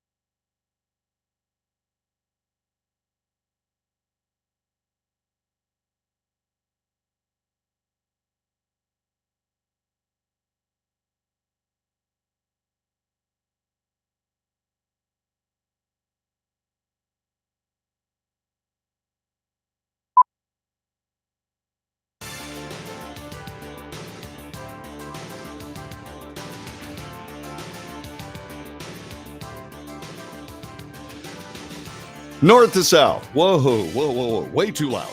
North to south. Coast to coast. Around the world. This is the Wells Report. We do 3 podcasts every day. It's also radio friendly. If you happen to be a radio program director of a talk radio station and you need the Wells Report as a fill-in or something along that line, give me a call. Here's the telephone number. 817-379-2172. Give me a call and we'll work out a deal. It's free. All you got to do is sign an affidavit. We ran the show. And you can run the show. It's all yours. Call me. We'll make a deal. Yep. By the way, I was just checking on the phone to make sure it was working, and by golly, it was. Good deal. Be Ready says, yo, JD, what's going on, man? Well, all kinds of things. We've been talking about it all day. We're on the air live. On the air. Well, I guess we're on the air. We're on the air live from 2 to 5 Central Time every single day, Monday through Friday. I take the weekends off because my work is piling up like you could not believe. You just can't believe it. It's amazing. Oh my God. All right. Yeah. Randy said, yeah, nobody has to have a contractor's license. Well, that's true. Yeah. I'm in the ether. Okay. We're on the stream. We're in the ether. We're Cyberman. Okay, or not. Wherever. So the Roe v. Wade decision caused great consternation around the nation among people who agreed with it and people who disagreed with it. Many of the people who disagreed with it immediately rushed to wherever they could and started mischaracterizing what the decision actually meant. Typical. And those were big time news outlets that did that. And it was ridiculous. Once again, instead of actually reporting the news, we're reporting the politics as if it was some kind of news, and it's not. And so we found ourselves in a position where when it came to the Roe v. Wade decision, which basically undid the idea that unelected people in black robes at all levels of the judicial branch of our nation could somehow cobble up law. That is not the way it works. There was never a constitutional right to abortion. You can look at the Constitution, you can look it up right this minute, and it doesn't mention anything about that, which means the 10th Amendment is in place. The 10th Amendment says any right not specifically enumerated in this document or prohibited by this document immediately becomes the property of the states. And so the Supreme Court of the United States returned the so-called right to have an abortion in the United States back to the states and the elected representatives therein, which was exactly the right move. We don't want a judicial oligarchy. And the Supreme Court made a brilliant decision to do so. It was great. There are other laws that are exactly like that have been cobbled up by unelected people in robes that also need to be turned back to the states, which allows we, the people, to have direct, whether you agree with these things or disagree with those things, the people of the United States have a right in the Constitution of the United States to charge their representatives at the state level as well as the federal level to do their business and to be held accountable for their political moves. And that's America. A lot of people say, well, what about interracial marriage? What about gay marriage? What about this? What about that? And so on and so forth. Well, welcome to American democracy. It wasn't an attack on democracy. It was an attack on democracy, which is different. It was a returning of democracy to the American context. And courts need to continue doing that. Will it make things difficult for some people? Yes. Do I believe that there will be political overreach among conservatives now that have the bit firmly in their teeth and are going to go out and by gosh, stand up for the Bible or whatever else that drives their ideas? Yeah, there's going to be overreach. And you know what's going to happen? Those people are going to get diselected. They're going to get fired. Nobody cares. Nobody cares who you marry. Real love is so rare, we really can't quibble over the packaging involved and the people taking part in it, can we? As far as gay marriage, I made this very, very clear. The only thing that I have a problem with when it comes to gay marriage is that it was foisted on the churches. It was demanded that the churches be coerced to set aside biblical teachings for the sake of politics.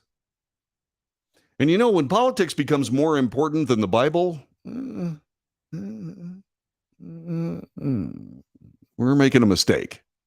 Whether you believe in the Bible or not. I happen to believe that the Bible is a really good starting point. We'll have that discussion another time. But it's a starting point. And what did it do? Well, it cut the population of all the great churches in the United States in half. Those people that agreed with the Bible and those people that agreed with the politics. It was a shame. It was tragic. It was a schism. It was, and it remains so. It's too bad. It will sort itself out, but there is pain associated with that. There might be some states that say, no, you just can't be gay and have a marriage. Well, poppycock. I would say that they should run that through the civil marriage rule, the civil marriage law, as opposed to the religious marriage law. The idea that the fascists involved in that kind of decision making decided to foist it on the churches through the process of fascism should be a wake-up call to people that realize that fascism is a bad thing. We'll see. A civil union, it's a marriage. Treat it like a marriage. But the Bible even says so. Render unto Caesar what is Caesar's. Render unto the Lord what is the Lord's. Marriage belongs to the Lord. Civil unions belongs to Caesar. We can do this. We should do this. And we will. And those people that stand in the way will be swept aside. Because regardless of what anybody who wants to stand up in front of a microphone or in front of a video camera might say, regardless of what they might say, America is a loving, generous, tolerant country. Always has been, always will be. Always will be. So when the Rose decision came down, I said, well, obviously, the next step, and I agreed with the Biden administration on this, make law through the proper channels. Oh, no, can't make any law because that'll just be turned aside by these darn conservatives on the Supreme Court. No, they're going to lose that case. If a state wants to take on the idea, for example, that they're not going to have gay marriage in their state, they'll put it in the courts. And the courts, learning that the Supreme Court says, we're not making law, they probably won't even hear the case. It's a waste of time. States will realize this. States will realize it. Democrats have said that they were going to codify Roe v. Wade, but have not done it. And they've had ample opportunity. They had supermajorities during the Obama administration, did nothing about it. They have majorities currently in the Biden administration. And that fascist power play that I was referring to that was so so inelegantly applied to the churches, still is in effect. Politicians are not going to stand up and say, we're not going to do this because it'll just get turned aside in the Supreme Court. And if they do, like I said, they'll get swept away. Politics ain't beanbag. Mitt Romney said that. If you're not willing to go out there and make a law or try to make a law that at least half the country thinks ought to be a law, then you shouldn't be in politics. You shouldn't be a representative. You should be doing something else for a living. Politics loves a problem but hates a solution because we have the wrong politicians. Constitutional amendments, according to R Street Institute Senior Fellow for Governance James Wallner, said they're not constitutional amendments are something that parties use as messaging opportunities. They're not serious efforts to amend the Constitution. Why not? If all these people want a constitutional right to abortion, put it in the Constitution. That's the way you do it. That's the way you do it. But the Democrat Party doesn't want to do that because it's messy. It's like, gosh, we've got so much work to do. Yeah, the process for a constitutional amendment is arduous. No chance of an amendment enshrining abortion rights making it past any of the several steps involved. Well, that's bogus. How do you know? You haven't tried. Wallner said that the decades-long process of changing the balance of the Supreme Court is easier. It's a lot easier to get an election, get a president, win an election, get a president in office, nominate a judge, get that judge on the bench, then find some sympathetic litigants to mount a case that goes through the federal court system, ends up at the Supreme Court, and they change the Constitution. They do not change the Constitution. They interpret it. This guy is calling for the same kind of problem that led to the first Roe v. Wade decision and then the correction of it most recently. He doesn't get it. Do I believe there needs to be a constitutional right to an abortion? No. That's what law is for. The idea that you're going to borrow trouble to say, well, there's no reason to pass a law, that is simply political embroidery. It's political embroidery.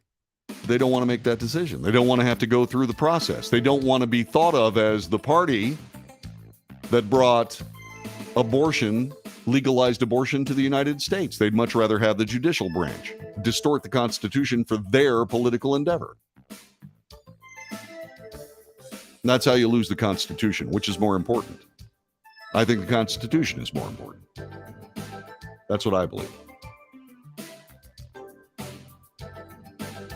And so these people say, well, there's no reason for us to do this. Yes, there is. Yes, there is. But what does it mean? What does it mean? It means that you got to make a decision. That's what it means. And all these people in Washington right now, they do not want to make a decision. They don't want to chance the tail of the tiger. You're listening to the Wells Report. Back with more in a moment.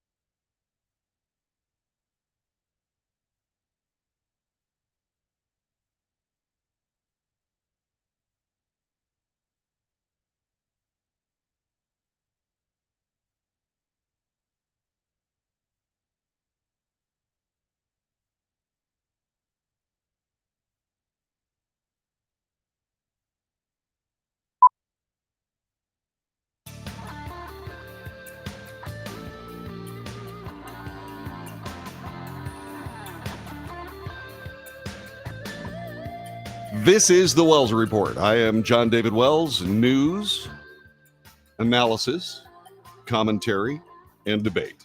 It's what we do here. Call us 817-379-2172. Congress is going to return from their Independence Day recess, and they will find themselves in a position, according to the Democrat leaders of our government, that there will be a slate of bills to codify that which was corrected by the Supreme Court to overturn Roe v. Wade. And so what's happening now is the House of Representatives is planning a robust response to the ruling. House Speaker Nancy Pelosi said in a letter last week the Democrats are exploring bills to protect women's online data on health apps and to ensure the right to cross state lines for an abortion. She also says the House is considering repassing the Women's Health Protection Act. A senior House Democrat aide told Fox News Digital they are interested to see how Republicans may vote on some of those bills, considering these conversations are no longer abstract. They're now playing with live ammo, which is exactly what they should be doing. That is exactly what they should be doing. The bills could put Republicans in a tough position, but it's going to put the Democrat Party in a tough position too. One that they absolutely didn't want to have to deal with. Well, welcome to reality. Welcome to the hard work of governance. Another senior House Democrat aide said many options for legislation are under discussion. None are locked in yet. The aide said the bills are on the health app data and the right to travel could move quickly because of urgency among Democrats to protect women and also the urgency to get something done before the 2022 election.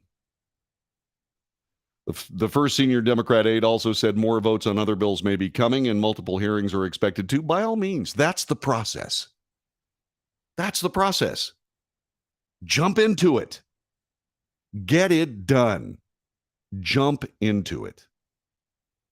The Speaker also said the House is expected to respond to Justice Clarence Thomas's dissent with legislation targeting other rights. And once again, this is mischaracterized again. In this disturbing concurrence, Justice Clarence Thomas confirmed that many of our deepest fears about where this decision may lead, taking aim at additional longstanding precedent and cherished privacy rights, from access to contraception and in vitro fertilization to marriage equality. That is not an issue, and she knows it. She's whipping up the base. Well, politics should not supplant reality. The reality is that if there is a need for these laws, they should pass them. And they should work to get them passed. And they should do the hard work of legislation instead of the hard work of, or the less hard work of leftist progressive socialism. Two Senate committees are set to hold hearings in the near future on potential abortion-related legislation. The Senate Judiciary Committee will discuss the ramifications of the Dobbs decision and GOP state abortion laws on post-Roe America. The Health, Education, Labor, and Pensions Committee will lead a hearing more focused on the medical side of the issue. Don't listen to people. Don't listen to people try to scare you snotless. Okay? They're doing it for political effect. Your rights aren't going anywhere, but they're actually going to be done properly by the process that was laid out by the Constitution, where these people that have spent their entire lives handing out advantage and taking opportunity now actually have to do the work they were hired to do. They actually have to do their job. And it's high time that they actually have to do it. It's going to be amazing to see how many people say, too rich for my blood, I'm out. That'll be a great day when some of these people start leaving government service. To us, we the people, and our neighbors. This is the Wells Report.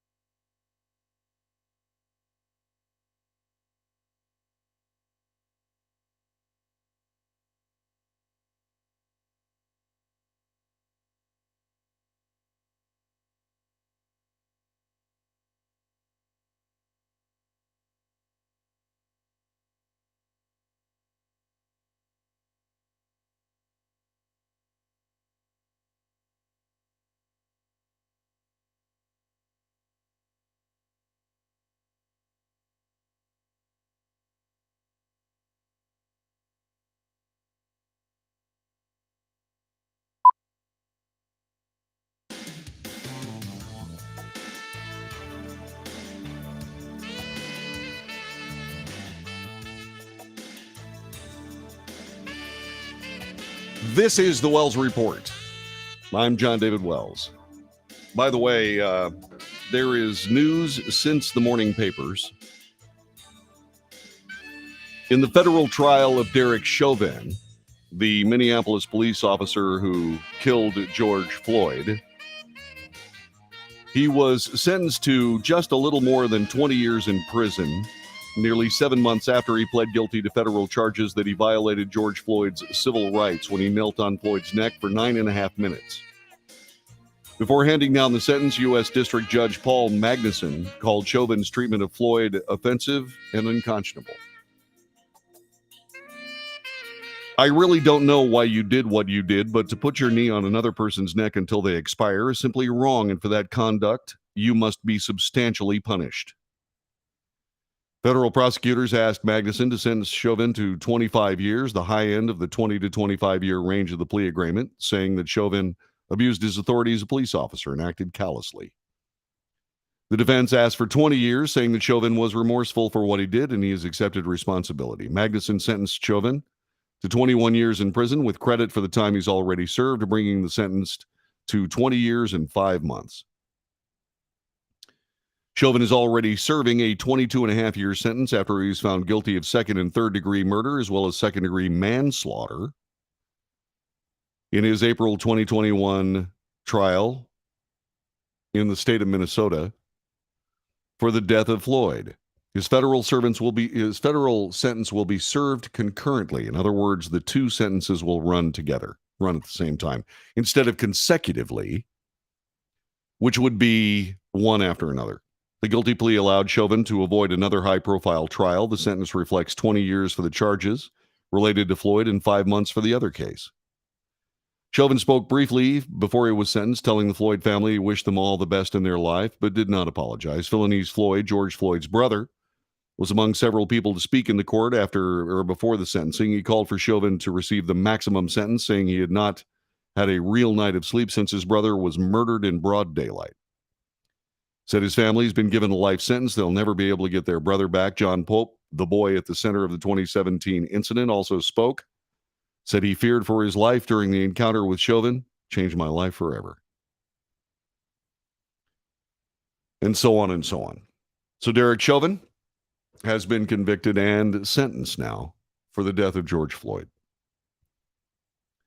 Brittany Griner finds herself in the Russian judicial system. She pled guilty to drug charges in a Russian court. That happened today. The two-time Olympic gold medalist was arrested in February for trying to bring vape cartridges containing hash oil through a Moscow airport.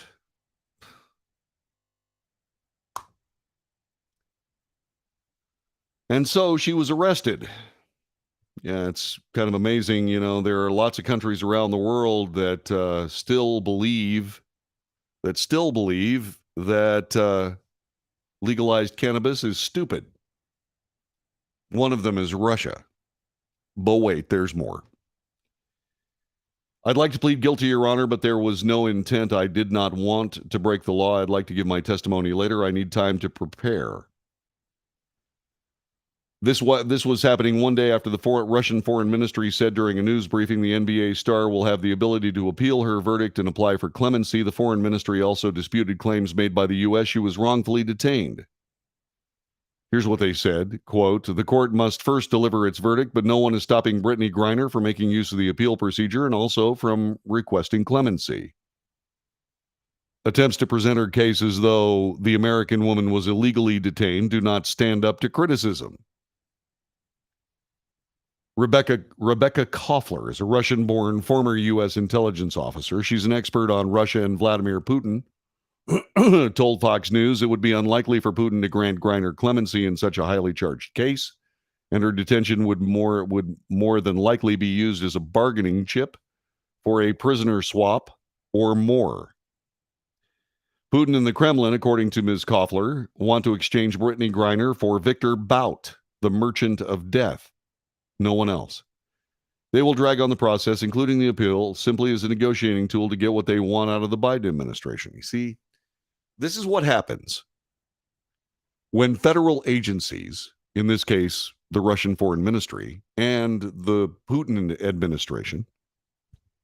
This is what happens when politics rules the day in a government right down to law enforcement, which is why we have to push this away as much as we possibly can. We simply must. We can't let this happen here. Vladimir Putin will look at the possible opportunity and the advantage because that's what politics is. And he will use this to get something that he wants, whatever it might be. Whether it's a prisoner swap or whether it's relenting on say, for example, some form of sanction that the U.S. government is leveraging, their political posturing. It's not actually working. But that being said, once again, in a political world where everything is ruled by politics, you just have to provide the proper advantage, the proper opportunity, and things will go your way. As opposed to actually enforcing law in an equitable and fair manner. Now, I'm not saying that the Russians haven't actually done that. The Russians are administering their law. The problem with Russian law is that everything comes back to politics. And that's why we have to avoid that at all costs in this country. So no matter what the law says, no matter what the sentencing guidelines, no matter this, no matter that, and so on, whatever it is, the Russian government will look past all that. We don't want to get into that trap. The Constitution, the U.S. Code, is there for a reason. It is enacted by representatives of the people. The constitutional aspect of we the people mandates that, and that's the way we do business here. When we start playing politics, when we start having a Trump appointee who's running the IRS, for example, going after James Comey and Andrew McCabe, man, we are dancing with the devil. And this is what happens when you do that. An entire country devoted to it, Russia. It's ridiculous. Now, please understand, this might be Brittany Griner's only chance to get out of jail. Because if they had the same kind of non-political judicial system that theoretically we have in the United States, this would be over. This would be over. She'd be there for 10 years. That would be the end of her NBA career. That's that. Okay?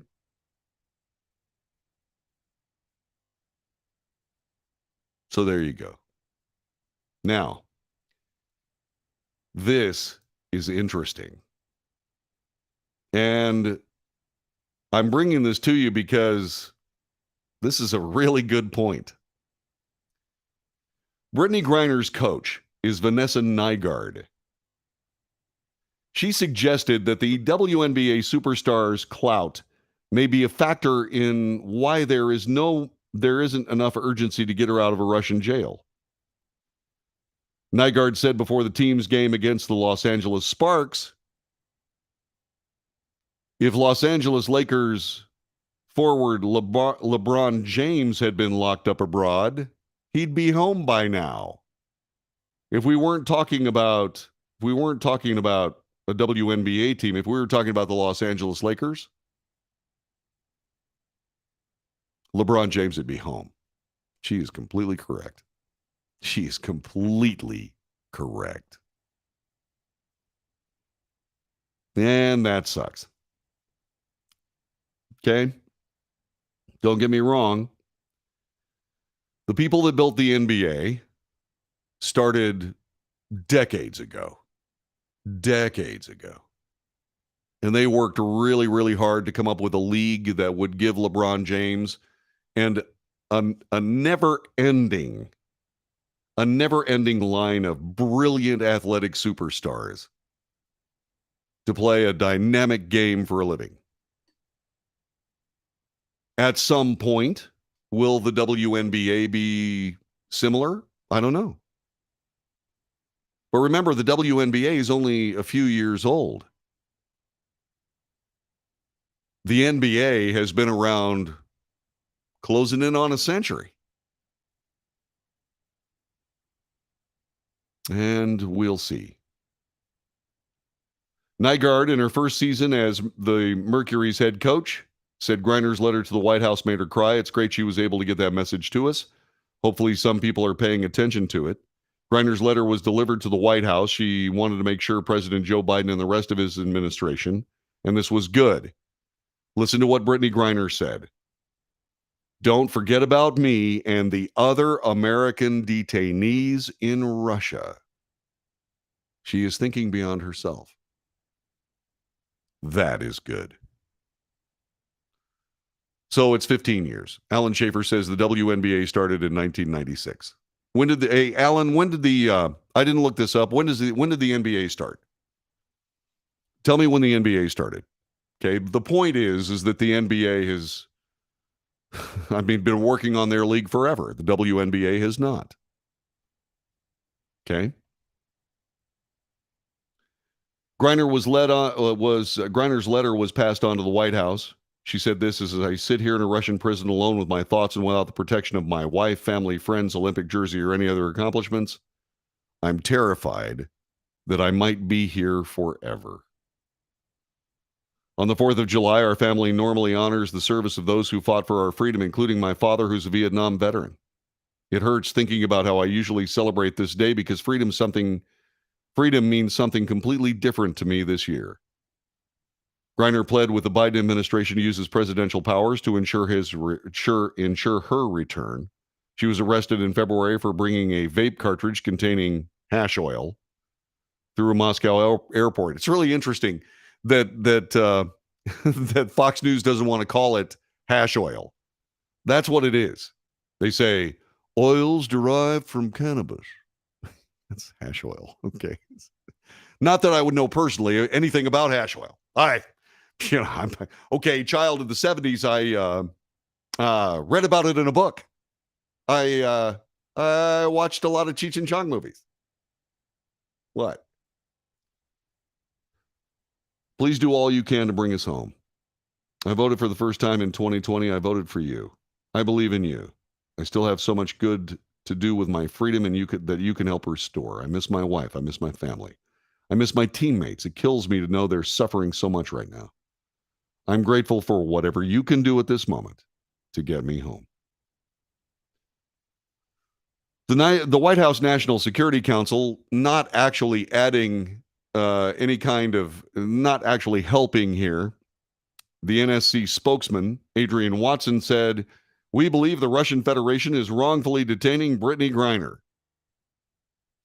That is not helpful. It's also not true. It's not true. President Biden has been clear about the need to see all U.S. nationals who were held hostage or wrongfully detained abroad released, including Brittany Griner. The U.S. government continues to work aggressively, using every available means to bring her home. I'm sure they are. So this was Fox News copy, ably assisted by the Associated Press. But make no mistake, if this had been LeBron James, he'd be home by now. Now,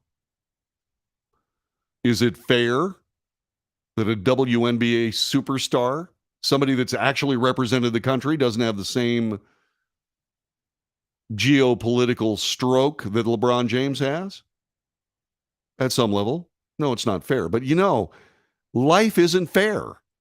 Life just isn't fair. And traveling around the world with hash oil is still kind of stupid. Just because you make a lot of money and just because you're a brilliant athlete and just because you have all of those things going for you. Okay? Just because you have all those things going for you doesn't mean that you get to just flout the law anywhere you want to go. Really, hash oil? Seriously? You got to use your brain. When you're traveling abroad, go with clean hands. Don't take anything that might be illegal. Okay? Or you can get grinered. I'm just saying. By the way, thank you, Ellen. Alan points out that the NBA started in 1946, and with my incredibly shaky math, that works out to 84 years? 84 years? Almost a century, like I said. The WNBA came into prominence a little bit later than 1996. I think it's a good league. I'd like to see them change the rules a little bit for reasons we can discuss at another time. You know, I don't know whether the WNBA needs to have as big a court or whether the hoop needs to be as high. I just don't know. We'll talk about it some other time. This is the Wells Report. Back with more in a moment.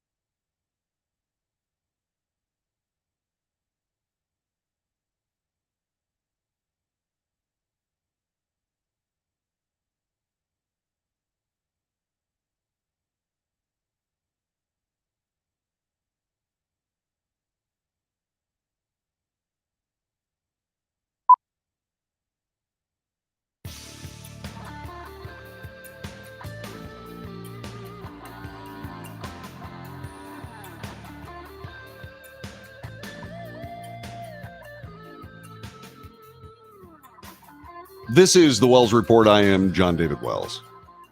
James Caan is dead. He was 82 years old. He had a brilliant career. He was an incredibly good actor. Incredibly good. From his film career, from El Dorado to the Godfather movies, so on and so on, The Yards, Dogville, Elf. He wrote the book on tough, gritty performances that were unblemished by overly emotive performances. I mean, I saw him I saw him in the films that everybody else saw him. But as Sonny Corleone in The Godfather, he was transcendent. Absolutely transcendent. He was in Brian's Song. That's where I saw him first. Cinderella Liberty, The Gambler, Rollerball was his film. A Bridge Too Far, Comes a Horseman. Gardens of Stone, really good. Michael Mann directed him in Thief, Misery, another great film, Dick Tracy, Bottle Rocket, The Yards, Dogville, and Elf. But I will never, ever, ever forget the death scene that he acted in the movie The Godfather. I had not seen violence at that level ever in my life. Never saw it. Iconic. Iconic is the word. When you think about all the things that he was in, Rollerball, iconic. Brian's Song, iconic. All of this. All this work, all of his life. I actually got to meet him.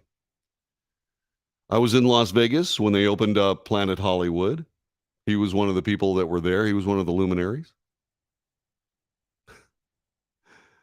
I was shocked at how short he was. But he was good to me. He was nice to me. He was limping. He was having some trouble. I don't know whether he'd been hurt in one of his movies or what have you. But I helped him down a set of stairs. He was a good guy. He said, thanks. I said, sure. You'll note that James Caan never used his station in life to talk about things that didn't have anything to do with him. He did not allow his career to degenerate into somebody else's thoughts about some other subject that really didn't have anything to do with his craft. He stayed out of the newspapers. But a riveting presence on film and on television. I mean, you don't have an amazing career like this. In the 60s, he showed up in Naked City, his first television appearance. He was in The Untouchables, an episode starring Lee Marvin. Wow. The Doctors, the Nurses, Wide Country, Death Valley Days, Combat as a clever German sergeant, Dr. Kildare, Irma la Douce, Ben Casey, Kraft Suspense Theater. He landed his first starring role in Howard Hawks' auto racing drama, Redline 7000, not a financial success. Hawks liked Caan and cast him in his next film, El Dorado. Supportive John Wayne and Robert Mitchum. Then he went to Britain to star in a war film, Submarine X-1, then Journey to Shiloh as the lead in a Western. He returned to television with a guest role in the FBI, had an uncredited spot on the spy sitcom Get Smart, as a favor to star Don Adams playing Rupert of Rathskeller in the episode To Sire with Love.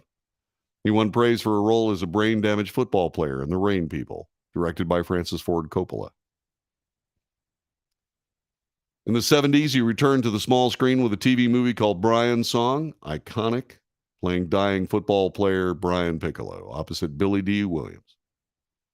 He did not want to return to television, turned down the role 4 times, but changed his mind after reading the script. He was great in it. He was great. The next year, he played the brilliant Sonny Corleone in The Godfather. Yeah. Robert De Niro was also considered to play Sonny. Al Pacino was eventually going to was also thought of as being Sonny, but nobody could have done it better than James Caan. No. Nobody. Caan was nominated for an Academy Award for Best Supporting Actor for his performance in the film, competing with Robert Duvall and Al Pacino. Closely identified with the role for years after, they called me a wise guy. I won Italian of the Year twice in New York. I'm Jewish, not Italian. I was denied at a country club once. The guy at the front of the board says, no, he's a wise guy. He's been downtown. He's a made guy. I thought, what, are you out of your mind? Yeah. James Caan. He's made his mark. He has landed himself in the pages of history from which he will not ever be erased. Dead at age 82. Thanks very much for paying attention to the Wells Report today. I sincerely appreciate it. I'll look forward to seeing you tomorrow for the Friday edition of this broadcast. We'll see you then. God bless you. Take care.